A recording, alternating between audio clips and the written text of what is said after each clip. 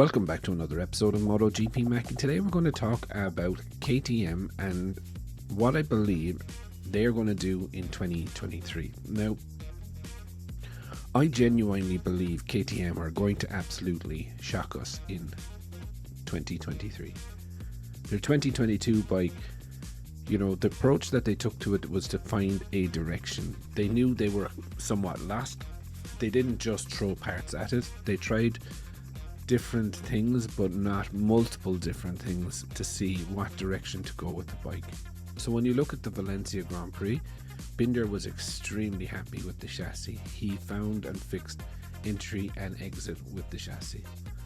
In the test, he also was the same, and he was very bullish that his 2023 season. Also, with Jack Miller, Jack is able to tell KTM just from feel what a good bike feels like.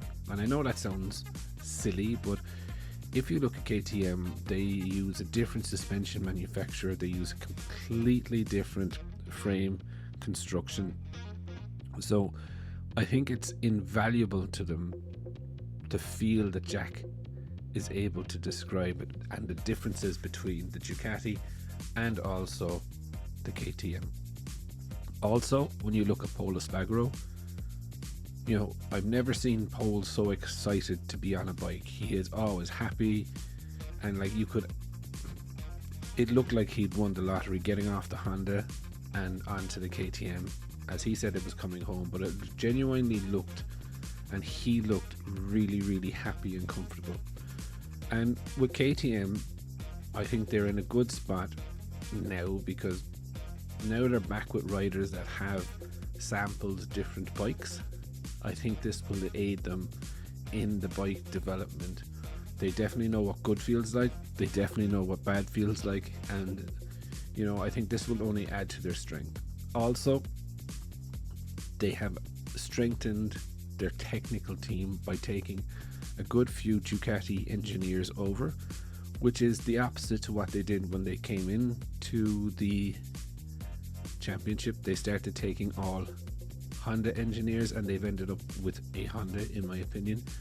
And now they're taking Ducati engineers, and again, that technical knowledge, know-how, they will be able to translate Jack's feedback easier than just say a KTM person.